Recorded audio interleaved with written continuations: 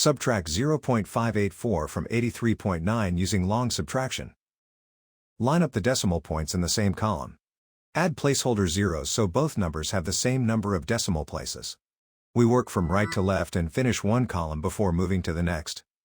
In the thousandths column, 0 is less than 4, so we need to borrow.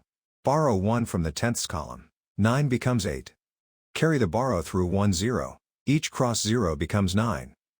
The 0 in the thousandths column becomes 10. In the thousandths column, 10 minus 4 is 6. In the hundredths column, 9 minus 8 is 1. In the tenths column, 8 minus 5 is 3. In the ones column, 3 minus 0 is 3. Bring down 8 in the tens column. Bring the decimal point straight down into the answer. The final result is 83.316.